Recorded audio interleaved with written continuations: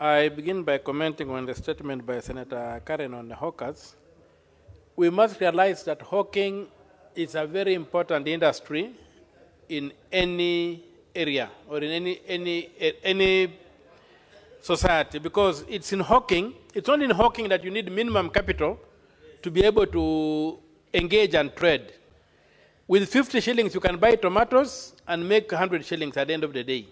So we only need to find a way of regulating this industry of quick wealth generation so that young people can be able to engage in it. And also, given the low capital requirements, sometimes it's the only area where people are disadvantaged can engage in some form of enterprise to move forward. On the question of the rugby union, I think generally sports in this country has been taken for granted. Sports is no longer just an idle area. Sports is a major industry.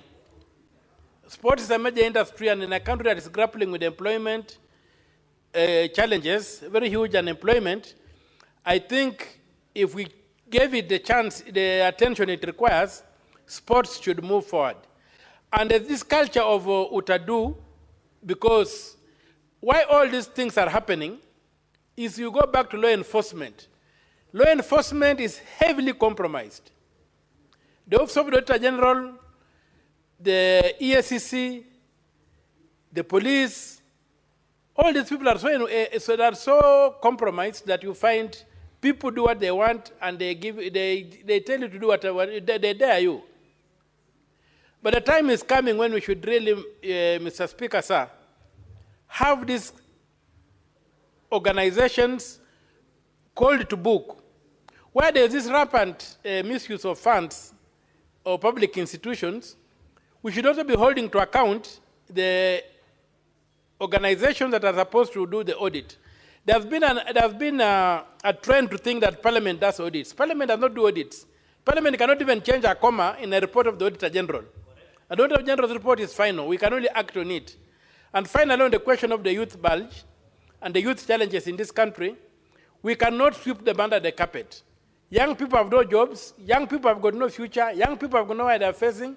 And it's time we stopped doing the nonsensical things we are good at doing and focus on changing this country, on making the taxes of this country work for the people. We should stop theft. There's too much theft in this country. Right from the top of the government going down, everybody is stealing, and stealing without any fear. If we don't stop that, our youth are headed nowhere.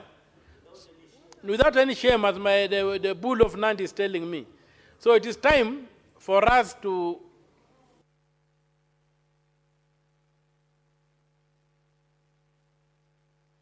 Senator